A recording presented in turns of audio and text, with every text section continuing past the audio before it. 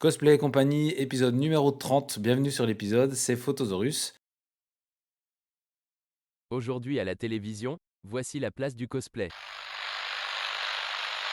Vous voyez ces ados, ces adultes qui sont un peu, voilà, j'ai envie de dire déguisés, pardon, c'est un art, certes, mais ça reste du déguisement. Nom de Zeus! Ah, il m'énerve. Un de ces quatre, je vais vraiment finir par te laisser lui flanquer une bonne leçon. Oh, franchement, on mérite mieux niveau média, non? Vous écoutez Cosplay et compagnie, le podcast cosplay qui donne la parole aux cosplayers.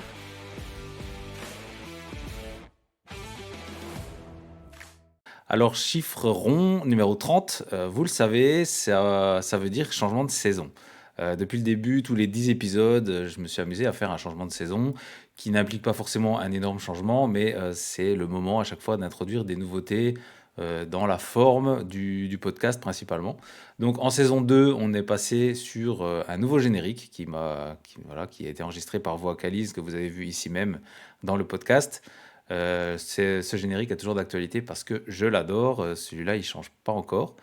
Dans la saison numéro 3, on est passé au format vidéo avec le passage sur YouTube et puis tous les épisodes filmés. Et maintenant, pour cette nouvelle saison, j'ai décidé de passer sur Twitch. Ça, je vous en ai assez largement parlé. Donc, au moment où j'enregistre, là, c'est ce soir qu'on enregistre l'épisode sur Twitch, le premier. Donc voilà, ça va faire un petit peu de nouveauté et de dynamique qui, je l'espère, vont vous intéresser. Donc pour cet épisode, le dernier de la saison où je parle en solo, vous avez vu le titre qui est juste en dessous si vous me regardez en vidéo. C'est J'ai trop d'idées donc je ne fais rien. C'est ce truc paradoxal que vous connaissez certainement quand on a envie de faire plein de choses, quand on a plein d'idées qui s'entrechoquent. On se retrouve un petit peu bloqué, on se sent un peu coincé. Du coup, avoir trop d'idées nous empêche d'avancer et c'est très certainement quelque chose qui peut vous toucher en tant que cosplayer, en tant que créateur, parce que on ne sait plus par où commencer. Enfin voilà, on va y revenir. C'est un épisode qui sera normalement pas trop long. J'ai prévu pas forcément de vous donner des conseils, mais de lancer une réflexion là-dessus pour se sentir moins seul peut-être, et puis avoir quelques pistes pour avancer. Avant ça, avant de démarrer cette réflexion, je voudrais vous expliquer plusieurs petites choses. Alors la première chose, j'en ai parlé sur Instagram, c'est lancé. Dans le lien Instagram, il y a une boutique Ko-fi. Donc cette boutique permet d'acheter des goodies pour le podcast. Donc déjà, ça a commencé à vous intéresser et ça, je suis super content. Donc vous le voyez peut-être si vous êtes en vidéo sur moi, j'ai une casquette Cosplay et compagnie. Moi qui porte toujours des casquettes en shooting, je suis très heureux. Ça, on verra plus tard si elle arrive dans la boutique. Ce qui est déjà dans la boutique, c'est ça. C'est cette petite trousse aux couleurs de Cosplay et compagnie, donc avec le nouveau logo, ce petit dinosaure qui me suit partout derrière son micro. Voilà le premier goodies que vous pouvez acheter. Alors, je suis conscient que là, je suis en train de vous faire de la pub pour un produit, mais rassurez-vous, ça va pas du tout être dans l'esprit du podcast. Vous n'aurez pas votre petite pub à chaque début d'épisode. Ça ne veut pas dire que je rappellerai pas qu'il y a des goodies et un magasin. Mais si je fais ce point maintenant, c'est pour vous dire que c'est dispo, que je vais vous tenir au courant quand il y aura des nouveautés. Mais le but n'est pas de gagner de l'argent avec le podcast, c'est pas ça le truc. C'est que j'ai décidé de mettre en place ce système de goodies parce qu'on m'a souvent demandé comment on pouvait m'aider à continuer le podcast, à faire qu'il y ait de la dynamique. Voilà, on me propose des fois de l'aide pratique. Comment est-ce que je pourrais aider si tu as besoin que je monte les épisodes, etc. C'est pas forcément évident pour moi de déléguer ce genre de choses parce que je suis encore j'ai envie de dire novice en podcast. Je me sens pas non plus d'attaque pour enregistrer des épisodes et les envoyer à monter à quelqu'un, par exemple. C'est un exemple, hein. Voilà, donc ce que je propose pour l'instant, c'est de participer financièrement, en achetant des goodies et la deuxième chose sur laquelle j'aimerais vous informer, c'est, qu'est-ce que je vais faire de ces sommes récoltées qui, je le sais bien, ne vont pas être, des sommes, astronomiques. Je vous propose cette trousse à 12 €. La trousse, j'insiste là-dessus, a été, personnalisée, brodée par une cosplayeuse de ma région qui a un compte Instagram Pomme d'Épingle. J'en profite pour la placer ici. Elle fait des choses super drôles avec plein de jeux de mots, le tout en broderie. Du coup, je lui ai confié ça parce que je tiens à ce que ce soit les auditeurs et les auditrices qui participent à ce projet. Et puis, j'ai pas envie de faire sous-traiter des trucs euh, à n'importe qui. Donc voilà, ça me paraît une démarche que moi je trouve cool.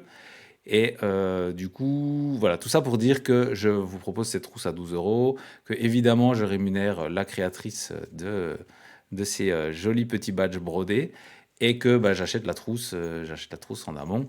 Donc voilà, la somme n'est pas non plus énorme, mais ça permet déjà de me soutenir moralement, parce que si je vois que vous achetez les goodies, c'est que vous aimez le podcast. Et puis, je me dis aussi que je vais mettre de côté ces sommes parce que j'ai des projets pour le podcast qui pourraient être super cool. Au-delà de tout ce qui est hébergement, etc., que j'aimerais faire, mais pour l'instant, on est sur des solutions gratuites, donc c'est cool, ça fonctionne, on va rester comme ça. J'aimerais pouvoir, tout à l'heure je vous parlais de déléguer, j'aimerais pouvoir créer une équipe cosplay et compagnie. Donc là, je m'avance un petit peu parce que c'est un projet, c'est juste une idée, mais ça, on va y revenir justement dans le sujet de cet épisode. Mais je crois que je me dois de vous dire à quoi va servir la vente de goodies.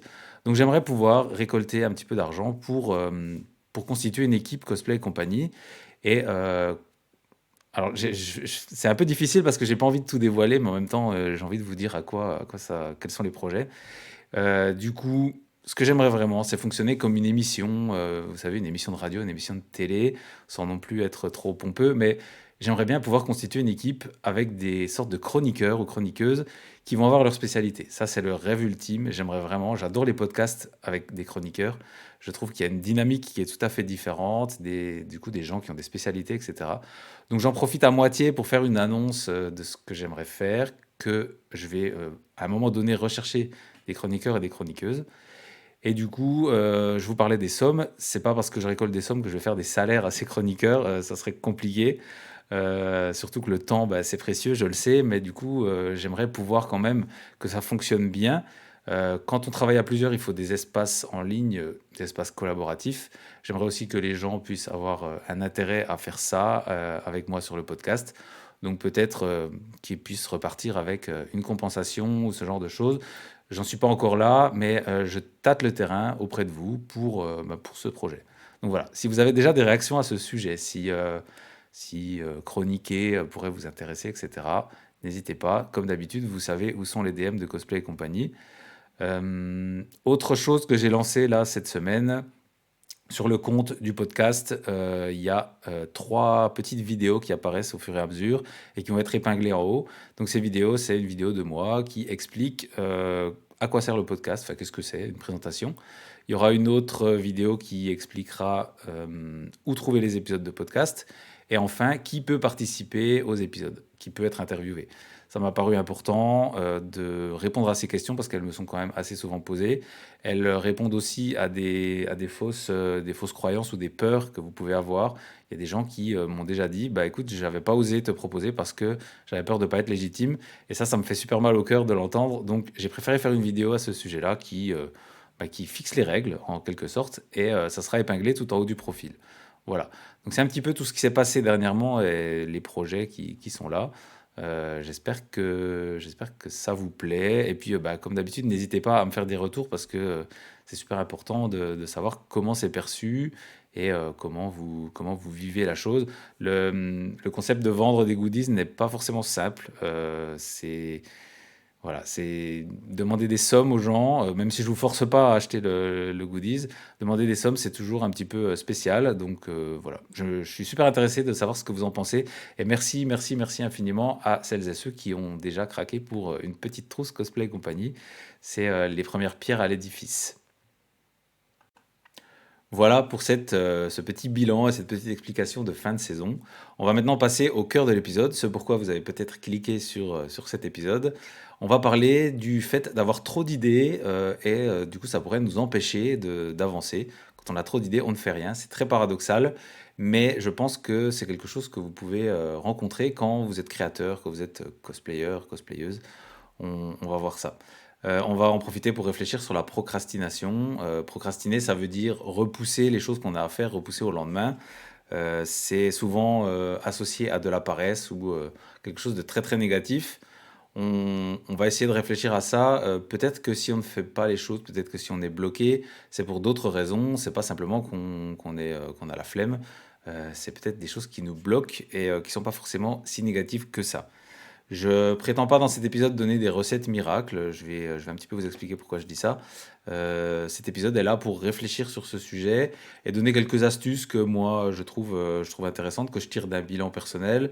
Et peut-être que ça marche pour certains, peut-être pas pour d'autres, mais en tout cas, c'est le but d'une réflexion justement sur ce genre de sujet. Alors pourquoi je vous parle de ça? Parce que depuis que je fais de la photo de cosplay, la photo de façon professionnelle, j'ai un milliard de projets, j'ai toujours envie de lancer des nouvelles choses. Le podcast en est témoin, c'est un projet. Et puis dans la partie hors cosplay, j'ai toujours envie de faire des choses un peu plus originales, un peu différentes.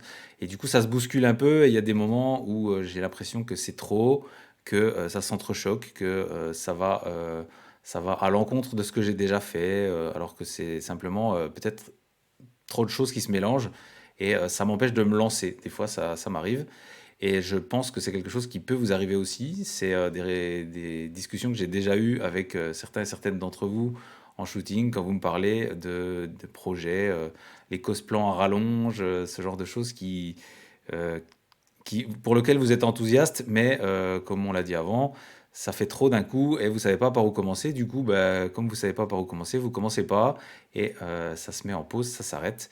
On se sent un petit peu overbooké alors que finalement on ne produit pas grand-chose, en tout cas pas suffisamment par rapport à ce qu'on aimerait. Donc à ce sujet-là, j'ai déjà essayé de me renseigner plein de fois. On trouve beaucoup de podcasts de développement personnel, des podcasts d'entrepreneurs qui vous expliquent leurs méthodes. On trouve des vidéos YouTube évidemment, on trouve des livres de développement personnel. Et après, je suis pas très client du développement personnel en général. Je suis pas très client des méthodes toutes faites clé en main qu'on vous vend comme étant la méthode pour arrêter de procrastiner, la méthode pour être plus productif, etc. Parce que je pense franchement qu'il y a pas une méthode, mais que chacun doit trouver sa méthode et que c'est difficile de tomber sur le bon truc et d'appliquer à la lettre quelque chose de clé en main. Ça me paraît très compliqué, même si il y a beaucoup de podcasts et de méthodes qui sont intéressantes dans lesquelles on peut aller piocher des choses. Et c'est là que c'est important, c'est savoir faire le tri dans tout ce qu'on peut trouver. Parce que Internet, cette jungle d'Internet, comme on dit, va vous proposer des centaines et des centaines de choses différentes, pas forcément adaptées à vous.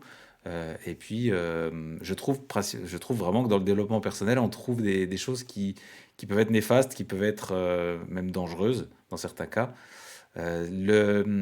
Le truc de la procrastination, c'est assez typique. Quand on cherche sur YouTube ou sur les réseaux sociaux, sur TikTok, on se retrouve souvent avec des conférences de type qui donnent la bonne parole sur leur méthode. Je suis sûr que vous avez déjà vu ces gars qui disent, moi, ma routine du matin, je prends une douche froide à 6 heures du matin, ensuite je mange des cailloux et, et je vais marcher 1 heure dans le froid. Enfin, il y a toujours des gars qui ont des espèces de méthodes comme ça où il faut souffrir pour avancer. Euh, on retrouve d'ailleurs souvent ces gars dans des conférences de mal alpha, ce que j'appelle de mal alpha. Je sais qu'il y en a qui utilisent ce terme assez sérieusement, mais voilà, on a l'impression qu'il y a une espèce de masculinité sur ce genre de sujet, assez nocive, assez toxique, je trouve. Voilà, bon, je m'égare un petit peu, mais tout ça pour dire que quand on parle de procrastination, on peut tomber sur des choses assez néfastes, à mon sens. Des trucs qui vont vous dire que souffrir, c'est bien pour avancer. Voilà, c'est pas vraiment mon délire. Je pense que vous le savez si vous suivez le podcast. L'idée, ça serait plutôt de trouver quelque chose de personnel qui puisse vous aider, vous, et que vous puissiez faire le tri. Donc, je ne dis pas que moi, ce que je vais vous dire là, justement, c'est la bonne parole. Peut-être qu'il faut faire le tri. Ce que je vais vous dire surtout, c'est des choses que moi j'ai tiré un enseignement de mon expérience et surtout de mes erreurs. On l'a déjà dit plein de fois ici. Se planter, se tromper, c'est apprendre parce qu'on va pouvoir modifier les choses et avancer en faisant des petites modifications. Donc, on va commencer sur un premier enseignement que j'ai tiré, quelque chose que j'applique assez souvent. C'est de se demander si c'est le bon moment pour faire les choses. Alors, quand vous avez des projets, Vous avez une petite liste. Si vous êtes organisé, vous faites une liste. Ceux qui me connaissent le savent, j'aime bien faire des listes. On y reviendra. Vous avez votre liste de projets et vous voulez lancer quelque chose. Vous avez envie de lancer un projet à long terme. C'est, je sais pas, un cosplay qui va vous demander beaucoup de travail de craft ou de couture. Il faut, je pense, avant de se lancer, vous demander si c'est le bon moment pour le faire. Alors, il y a plein de paramètres qui vont vous dire si c'est le bon moment ou pas. Il y a votre santé déjà. Est-ce que en ce moment vous êtes suffisamment en forme pour vous coucher tard tous les soirs, par exemple, si vous savez que vous devez le faire après le travail et que vous allez veiller un peu, est-ce que vous êtes suffisamment en forme pour faire ça et ne pas craquer au bout de 2 semaines parce que vous êtes épuisé? C'est un paramètre. Il peut y avoir la météo, on l'a déjà dit plusieurs fois, les projets en extérieur, si vous voulez faire une série de shooting, ce genre de choses. Si vous êtes à la mauvaise période de l'année, ça va être compliqué, ça va vous provoquer des retards, des frustrations. Posez-vous cette question. Comme je l'ai dit avant, souffrir, ça ne veut pas dire avancer, clairement pas. Donc, est-ce que ça va vous forcer à vous dépasser? Est-ce que ça va vous forcer à vous faire mal de lancer ce projet? Si oui, attention, essayez de voir si peut-être qu'en le faisant plus tard, vous allez moins souffrir sur certains sujets. Et puis, il faut admettre aussi, il faut savoir admettre qu'on peut repousser quelque chose sans que ce soit négatif. C'est pas parce que vous déplacez un truc plus tard dans le calendrier que c'est de la procrastination. Ça ne veut pas dire que vous êtes une feignasse, ça ne veut pas dire que c'est un échec, c'est simplement que vous allez prioriser et placer ça un peu plus loin sur la timeline. Ça va vous permettre d'être plus serein. Et pour moi, ce qui est bien dans ce genre de cas, je l'ai déjà dit, on l'a déjà dit dans un épisode, c'est de faire des rétro-planning de votre année, de vos mois à venir, de vos semaines à venir. Vous vous placez des deadlines. Si par exemple, vous voulez lancer un projet d'armure très long à crafter qui va vous demander plein de séances le soir, eh bien, donnez-vous une deadline. Si c'est pour un concours, le concours est en juin par exemple, eh ben, fixez-vous le délai de terminer un mois avant, donc en mai. Cette deadline, c'est mai. Faites ce qu'il faut pour que ça tienne jusqu'à mai et qu'il n'y ait pas 36 trucs en même temps, que ça reste dans vos capacités. Donc, revenir en arrière dans le temps, comme ça, faire votre planning en arrière, je trouve que c'est une bonne méthode. Et ça permet de se dire, OK, j'aimerais faire ça aussi, mais ça passe pas. Je le fais après la deadline de mon armure, ça sera faisable. Et il faut aussi prendre en compte tous les aspects pratiques, financiers, les ressources. Est-ce que vous avez les moyens d'acheter le matériel pour ce projet? Est-ce que vous avez, on l'a dit avant, le temps en fonction des plannings? Voilà, c'est des choses pratico-pratiques, mais qui vont vous permettre de placer les choses sur le calendrier et de se dire, bon, mes idées, elles sont foisonnantes, j'en ai plein. Par contre, ces 4 idées que j'ai sélectionnées, je vais les décaler un peu dans le temps pour qu'elles puissent s'imbriquer correctement. Ensuite, pour empêcher les idées qui se bousculent et qui s'entrechoquent, il y a quelque chose qui est très intéressant, c'est la gestion des priorités. Est-ce qu'on a besoin de faire tout de suite? Je pense pas. Et il faut que vous puissiez vous sentir à l'aise avec ça et savoir gérer le degré d'urgence des choses. Je vais vous expliquer ça juste après. Il faut, je pense, avant tout se dire que même si on a plein d'idées, même si on a envie d'avancer sur plein de trucs, on ne peut pas tout faire en même temps. Il faut avoir conscience on a un cerveau. Certains sont capables de réfléchir à plusieurs trucs en même temps, d'autres moins. On est fait comme ça. Mais dans tous les cas, on ne peut pas tout faire en même temps. Le temps nous manque, l'énergie nous manque, et c'est normal, on est humain.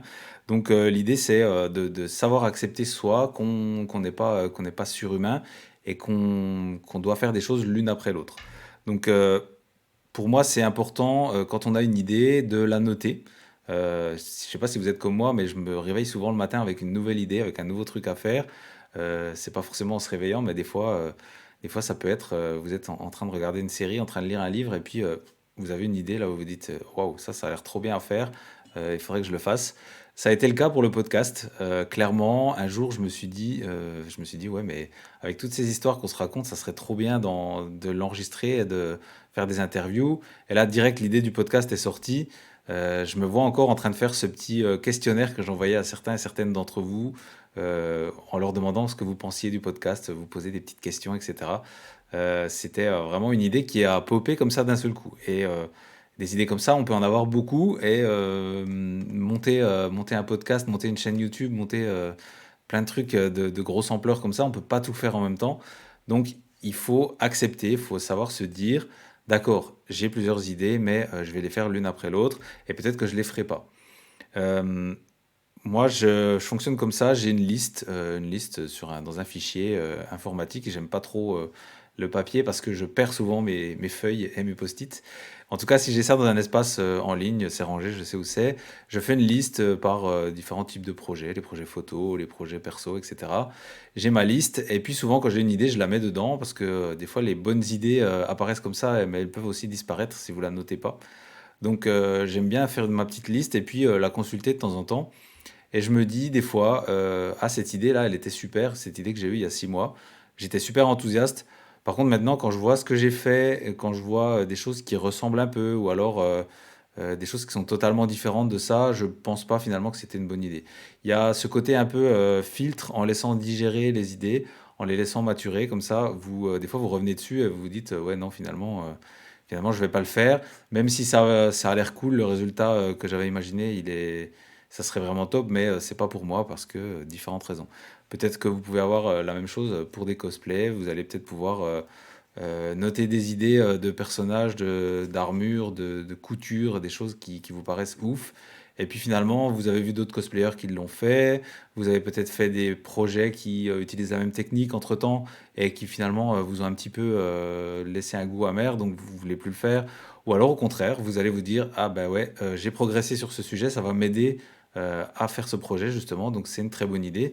J'ai envie de dire, si quelques semaines ou quelques mois plus tard, vous lisez l'idée et que vous la trouvez toujours bonne, c'est que ça a passé le test du filtre, donc gardez-la.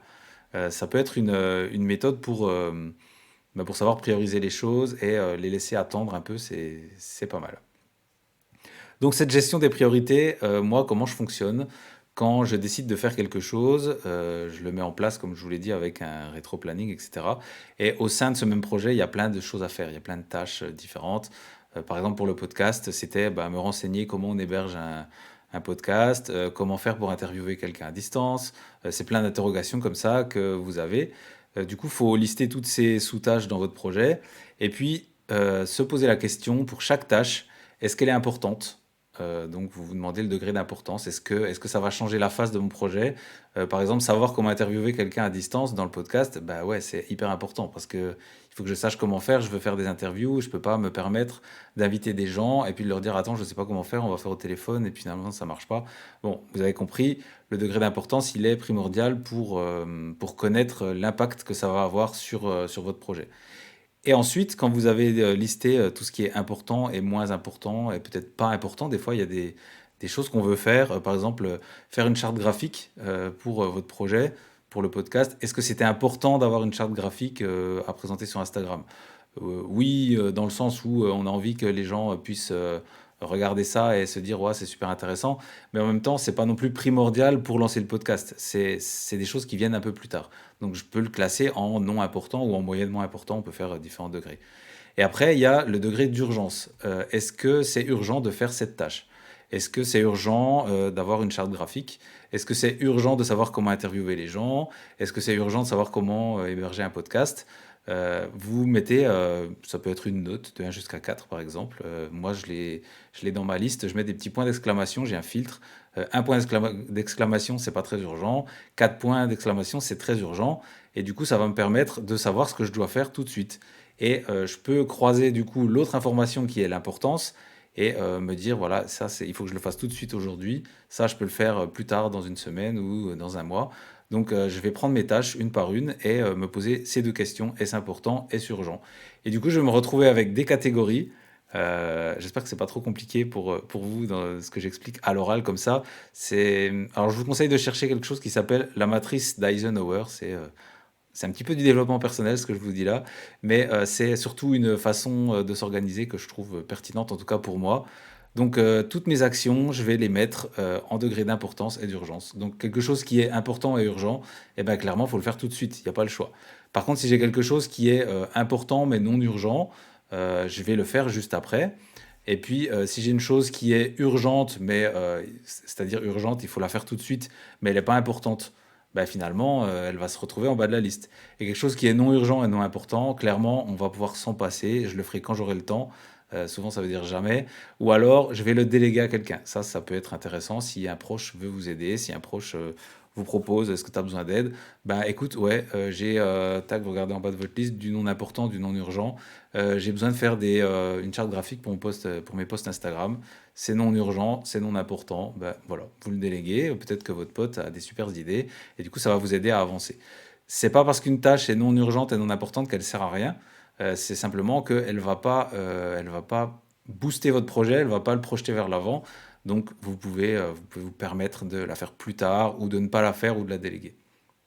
Donc ça permet, dans mon cas en tout cas, d'avoir une tranquillité d'esprit sur les projets parce que on sait où placer les choses. Alors, je dis pas que c'est facile quand vous prenez une tâche, vous vous demandez si c'est important ou si c'est urgent. C'est pas facile. Il y a des choses qu'on a envie toujours, enfin, d'instinct, quand le projet nous tient à cœur, on a envie de tout mettre en important, de tout mettre en urgent. Mais si on apprend à se poser la question, ça devient assez évident assez rapidement. Donc voilà, pour moi, c'est la bonne méthode pour ne pas trop faire entrechoquer les idées et se dire qu'on a le temps finalement, parce qu'il y a des choses qui peuvent aller en bas, et quand c'est en bas, c'est plus loin dans la deadline, donc on est tranquille, on les voit venir. Et il y a quelque chose qui est du coup important dans tout ça, c'est de savoir anticiper. Et anticiper quoi? Ben, anticiper les bonnes tâches, anticiper les tâches importantes avant qu'elles deviennent urgentes. C'est un peu la botte secrète de cette méthode, c'est que tout ce qui est important ne doit pas devenir urgent parce que vous devez le traiter tout de suite et ne pas faire une fausse urgence du coup qui vous mettra dans le rush. Je pense qu'on est en plein dans le sujet cosplay. Quand on rush, c'est qu'on n'a pas fait, on n'a pas traité les choses importantes avant qu'elles soient urgentes. Alors, j'ai conscience qu'en disant ça, c'est un petit peu culpabilisant et c'est pas du tout ce que je veux faire. Je ne culpabilise pas les personnes qui font du rush, loin de là. Mais simplement que si vous en avez marre du rush, si ça vous tape sur le système et que ça vous fait pleurer avant chaque convention, peut-être que c'est le moment de se demander si vous pouvez pas appliquer cette matrice sur vos tâches, sur vos projets, les commencer un peu plus tôt, du coup, les prévoir des délais réalistes et vous demander ce qui est important, ce qui est urgent. Normalement, si vous vous posez les bonnes questions, vous n'avez rien d'important à faire en urgence et du coup, ça supprime le rush par définition. Donc voilà, je vous le souhaite, hein, après, sauf si vous aimez le rush, mais je ne sais pas si vraiment il y a des gens qui aiment le rush. Il y en a qui le revendiquent, mais peut-être, je ne sais pas. Je porte pas de jugement. Voilà. Et puis, il faut quand même se garder des moments pour les imprévus, parce que c'est pas parce qu'on s'est dit qu'un truc était important, urgent, etc., qu'il n'y a pas des problèmes qui arrivent. Des fois, on peut avoir du matériel qui nous manque, des trucs qui cassent, des choses personnelles qui viennent empiéter sur le projet. Donc, gardez-vous quand même du temps dans vos délais pour gérer ça, parce que on n'est jamais à l'abri d'une surprise. Et bah, ça fait partie de l'anticipation aussi pour pas que ça devienne urgent. Se garder des temps, des tampons. Et puis, à la limite, si vous n'avez pas besoin de ces temps-là, vous finirez le projet plus tôt que prévu. Et ça, c'est cool. Je vous le souhaite. Alors, pour continuer cette réflexion sur les projets qui se bousculent un peu, on peut prendre un angle d'attaque qui marche maintenant bien pour moi parce que j'en tire vraiment des leçons sur mon passé, mon expérience personnelle. C'est de me demander si pour réussir à faire ce projet, est-ce que je vais passer par des étapes qui sont moins drôles, des choses qui m'intéressent moins ou qui me coûtent moralement. Est-ce que je vais passer par ça? Et si oui, si je dois passer par ça, est-ce que je suis prêt à les encaisser et sans me détruire le moral? Je vais essayer d'être un peu plus clair. Par exemple, en tant que photographe, dans mon cas personnel, j'aimerais ouvrir un studio photo, j'aimerais avoir un studio. Mais du coup, pour ça, ça va me demander différentes étapes, comme je vous l'ai dit avant, vous découpez votre projet. Et je me rends compte que dans ce projet, il va falloir faire un prêt à la banque, par exemple, pour construire ce local, ou alors pour acheter plein de matériel. Il va falloir démarcher peut-être des entreprises. Enfin voilà, on sort vraiment de la zone photo, même si c'est un projet photo, mais il y a plein d'étapes qui sortent de cette zone. Du coup, je me pose la question, est-ce que je suis capable de faire ça? Vous pouvez aussi vous poser la question pour le cosplay, par exemple. Vous aimeriez gagner un concours. Vous trouvez ça trop cool, cette idée d'être reconnu sur scène. Par contre, pour faire ça, bah, il va falloir faire un projet 100% à la main parce que vous voulez faire un certain type de concours qui demande de fabriquer à la main. Donc, vous devez faire ça, vous devez gérer un stress, vous devez passer devant un jury, etc. Vous allez découper les étapes. Et puis, vous vous rendez compte que dans ces étapes, il y a des choses qui vous paraissent insurmontables, ou alors que vous avez déjà surmonté, mais qui vous ont mis dans un état incroyable de stress, et vous n'avez pas envie de le refaire.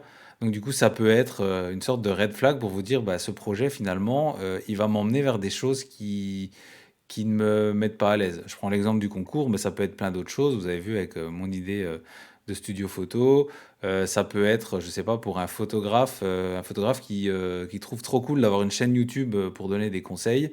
Ben, le résultat vous paraît super attrayant. Par contre, il va falloir se mettre à la vidéo, il va falloir se filmer, il va falloir écrire des textes, etc. Dans tout ça, il y a peut-être des choses qui vous mettent mal à l'aise, qui ne vous plaisent pas, qui vont pas vous faire kiffer. Et c'est pourtant, c'est le cœur du projet auquel vous pensez. Donc, se poser cette question, se dire ces étapes-là sont trop douloureuses, du coup, je le fais pas, ou alors je le mets pour plus tard, et on verra si je progresse sur ce sujet-là ou pas. En tout cas, c'est déjà un bon filtre pour peut-être mettre des projets de côté ou, comme je viens de dire, les repousser un peu. Et il y a aussi une autre notion qui est assez importante dans cette gestion de tous nos projets qui s'entrechoquent, c'est que on a tendance à faire ces fameuses listes là, comme je vous l'ai dit, moi en tout cas je fonctionne comme ça. J'ai une liste avec tous les projets, tout ce que j'ai envie de faire, et puis du coup je me retrouve un peu avec une to-do list énorme. Et quand je termine ou quand un projet est lancé, je me dis ok ça c'est fait, je vais passer au suivant. Il y a un petit danger là-dedans, enfin c'est pas vraiment un danger, mais quelque chose qui va nous empêcher d'être heureux de ce qu'on fait, c'est que quand on passe tout de suite à la suite de façon automatique, on ne prend pas le temps de se dire, OK, j'ai réussi quelque chose, ça avance, mes projets se mettent en place. Et on est peut-être un peu trop happé par cette liste sans fin, parce que chaque matin, si on veut bien, on peut rajouter un nouveau projet. Donc, du coup, ça s'arrête jamais. Et comme je disais, le danger, bah, c'est de trop enchaîner les choses et de ne pas se rendre compte qu'on avance, qu'on n'est plus le même qu'il y a un an, on n'est plus le même qu'il y a 6 mois. On fait plein de choses et c'est important de savoir célébrer ces moments-là. Donc, je pense un conseil que je peux donner et que j'applique assez peu à moi-même finalement, mais bon, c'est toujours comme ça, c'est à un moment donné se poser et regarder cette fameuse liste.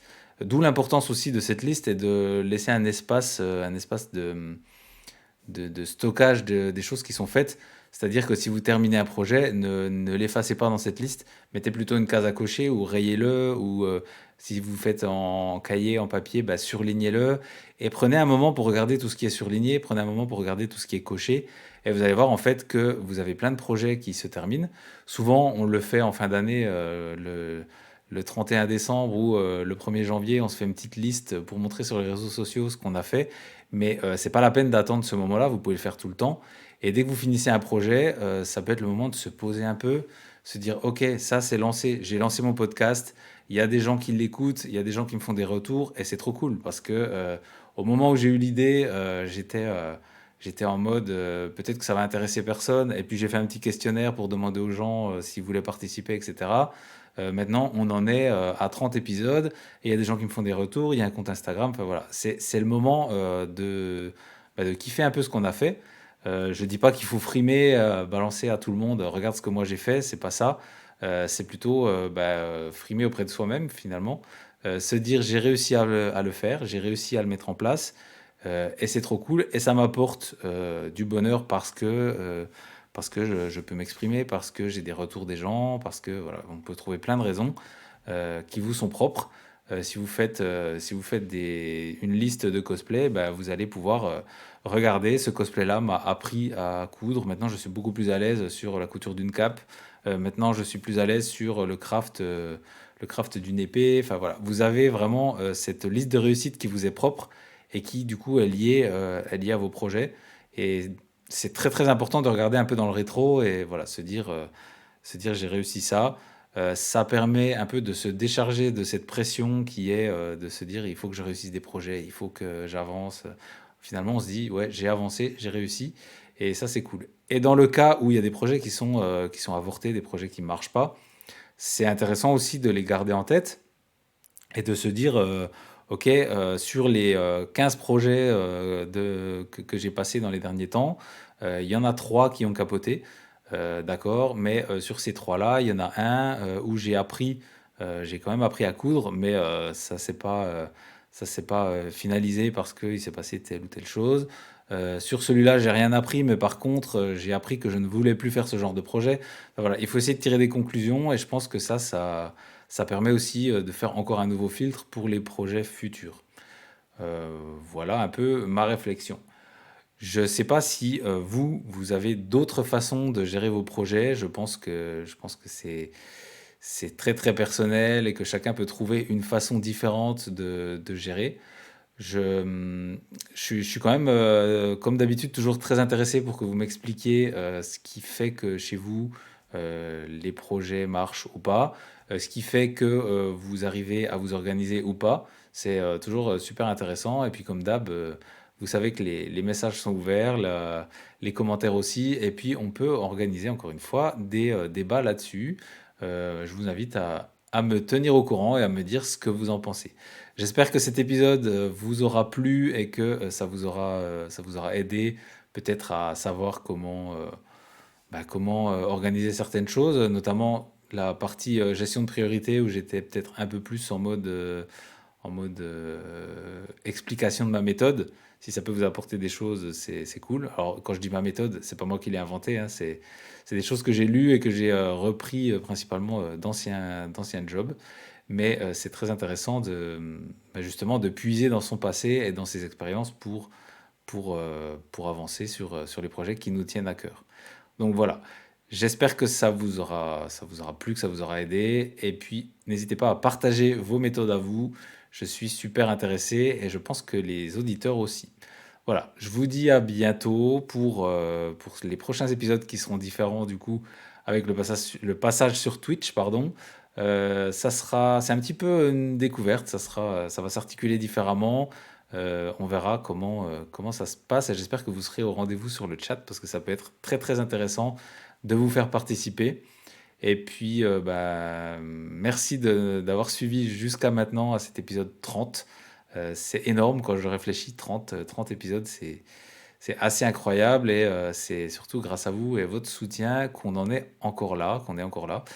Et voilà, pour les projets que je vous ai énoncés au début d'épisode, n'hésitez pas à réagir, à me dire si l'aventure vous tenterait pour ce genre de petites folies de projet. Vous voyez ces ados, ces adultes qui sont un peu... voilà, j'ai envie de dire déguisés, pardon, c'est un art, certes, mais ça reste du déguisement. Nom de Zeus! Ah, il m'énerve. Un de ces quatre, je vais vraiment finir par te laisser lui flanquer une bonne leçon. Oh, franchement, on mérite mieux niveau média, non? Vous écoutez Cosplay et compagnie, le podcast cosplay qui donne la parole aux cosplayers.